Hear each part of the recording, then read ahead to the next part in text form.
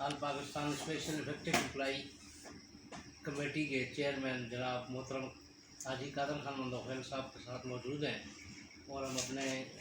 آل Pakistan action committee کے YouTube channel کے لیے تھوڑی سی بات چیت کرنا چاہ رہے ہیں۔ قادر خان صاحب سے درخواست کروں گا کہ کافی لوگ ہم سے سوال کرتے ہیں کہ یہ جو کمیٹی آپ نے بنائی تھی، اس کی ریکمنڈیشن اور ڈائریکشنیں دی ہیں،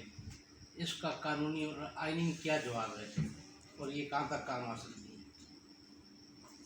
بہت شکریہ جنید امان صاحب، اور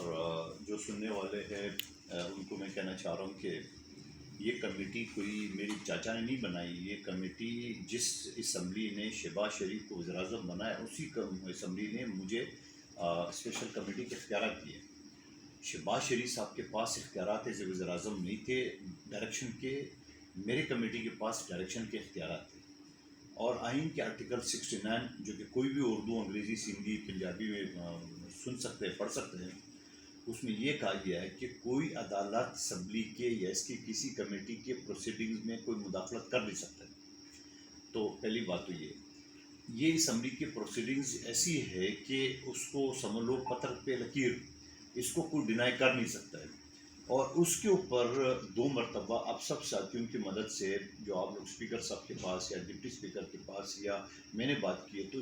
یہاں پہ کئی بار رولنگ دی گئی ہے کہ آپ کمیٹی کے جو ڈائریکشن ہے اس پہ آپ عمل کریں۔ گو کہ اسمبلی کی کارروائی یہ ہے کہ اس کی جو ریکمنڈیشن ہے اس کی بھی پابند ہوتے ہیں، تمام ادارے، بیوروکریٹس اور سربراہان جتنے بھی ہے سب پابند ہیں۔ مگر ہماری کمیٹی نے تو ریکمنڈیشن کی کے علاوہ ہم نے ڈائریکشن کے اختیارات دیے ہیں۔ یہ واحد کمیٹی تھی پورے پاکستان کی اسمبلی کی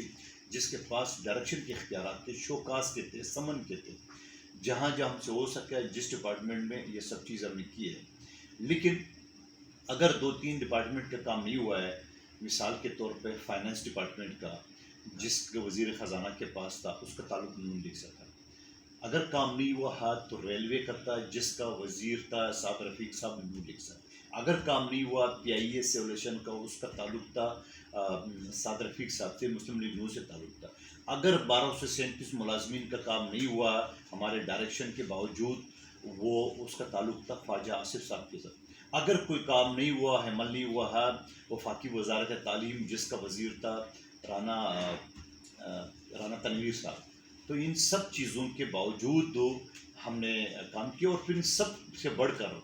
بیوروکریسی کا جو سرغنہ ہے، جس کو میں سرغنہ کہوں گا، وہ مجھے چیلنج کرے کسی عدالت میں، انشاءاللہ میں اس کو بھی جواب دوں گا۔ توقیر شاہ جو اس وقت پرائم منسٹر، اس میں پچھلے وزیر اعظم کا بھی وہ پرنسپل سیکرٹری تھا، موجودہ کا بھی وہ پرنسپل، اور یہ سارا فساد کا جڑ یہ توقیر شاہ ہے، جو یہ مختلف اداروں کو اسپیشل کمیٹی کے ڈائریکشن اور ریکمنڈیشن کے خلاف انہوں نے اسلام آباد ہائی کورٹ سے اسٹے لیے۔ گو کہ آپ کو یہ بھی بتا دوں کہ سپریم کورٹ کے ایک بینچ نے، اس لاہور ہائی کورٹ کے بینچ نے،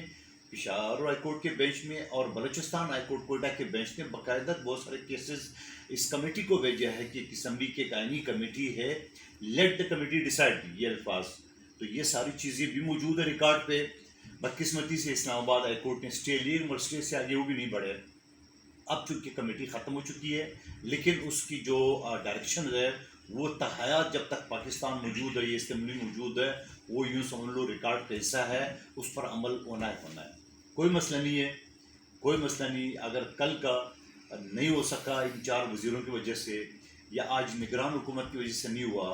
تو اگلے انشاءاللہ 2-4 مہینے میں جب الیکشن ہوگا اور نئی اسمبلی آئے گی، تو مجھے پورے یقین ہے اگر میں نہیں بھی منتخب ہو سکا، یا اگر میں نہیں بھی الیکشن میں کھڑا ہو گیا، یا اگر میں نہیں بھی چیئرمین بنا، تو انشاءاللہ بہت سارے ہمارے ساتھی اسمبلی کے فلور پہ جائیں گے اور اس کو ہم سپورٹ کریں گے اور کمیٹی بنوائیں گے، اور انشاءاللہ یہ باقی ماندہ کام پہ ہم عمل درآمد کرائیں گے۔ اور ساتھ ساتھ میں یہ بھی کہنا چاہ رہا ہوں کہ جب سے اسمبلی ختم ہوئی، اسمبلی کا ٹینور ختم ہوا ہے، کمیٹی کا ٹینور پورا ہو گیا، تو بہت سارے اداروں نے، نیشنل بینک سمیت، انہوں نے لوگوں کو شوکاز دینا شروع کر دیا ہے، جیسے یہ دوسرے اداروں کا بھی ہے۔ تو میں یہ سمجھ رہا ہوں کہ یہ ادارے کے افسران بھی دیکھ لیں۔ میرا تو مطالبہ ہے کہ پاکستان سے، اور اس سے پہلے IMF نے بھی اس کو بلکہ کہ 17 گریڈ سے اوپر افسران کے سب کے اثاثہ جات پتہ چل جائے کہ یہ کتنا کرپٹ ہے. میں سب کی بات نہیں کروں, بیوروکریسی میں اچھے لوگ بھی موجود ہے, مگر جو بعض عناصر جو کرپٹ ہے, جو سیاستدانوں کو بدنام کرتے ہیں, لوٹ مار خود کرتے ہیں, 42% ترقیاتی کاموں میں یہ کمیشن لیتے ہیں, تو یہ سارے پاکستان کی بیوروکریسی ہے. اور اگر آپ کو یاد ہوگا ماضی میں ایک وزیر خزانہ کے گھر سے 85 کروڑ تو اعداد و شمار میں تھے وہ 13 ارب روپے جو برآمد ہوئے. اس طرح بہت ساری بیوروکریسی کے آپ گھروں کی تلاشی لیں گے, ان کی نیچے جو بیسمنٹ بنے ان کی آپ تلاشی لیں گے تو 5,000 کی, 1,000 کی, اور ڈالر اور پاؤنڈ کی صورت میں آپ کو وہاں پہ اربوں خربوں روپے ملیں گے. میرے اس پروگرام کی توسط سے اسمبلی میں بھی یہ بات کی ہے, میں ٹاک شو میں بات کرتا ہوں.